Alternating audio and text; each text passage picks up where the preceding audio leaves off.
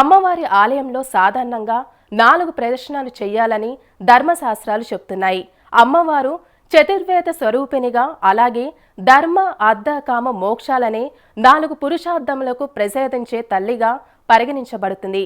కాబట్టి ఈ సంఖ్యకు ప్రాధాన్యత ఉంది. దుర్గాదేవి, లక్ష్మీదేవి లేదా సరస్వతీదేవి ఆలయాల్లో భక్తి శ్రద్ధలతో 4 ప్రదర్శనలు చేయడం వల్ల జాతకంలోని దోషాలు తొలగి కుటుంబంలో సౌభాగ్యం మరియు సుఖశాంతులు లభిస్తాయి. ప్రదక్షిణ చేసే సమయంలో అమ్మవారిని ధ్యానిస్తూ ఓం హైం హ్రీం క్లీం చాముండే నమః లేదా లలితా సహస్ర నామాల్లోని నామాలు మనసులో జపించడం వల్ల విశేషమైన ఫలితాలను ఇస్తుంది. ప్రదక్షిణ చేసేటప్పుడు వేగంగా కాకుండా గర్భవతి అయిన స్త్రీ ఎంత నిలకడగా నడుస్తుందో అంత శాంతిగా నడవాలి. ముఖ్యంగా శుక్రవారం లేదా మంగళవారం రోజుల్లో రాహుకాల సమయంలో కాకుండా శుభముహూర్తంలో ప్రదక్షిణలు చేయడం వల్ల కార్యసిద్ధి కలుగుతుంది.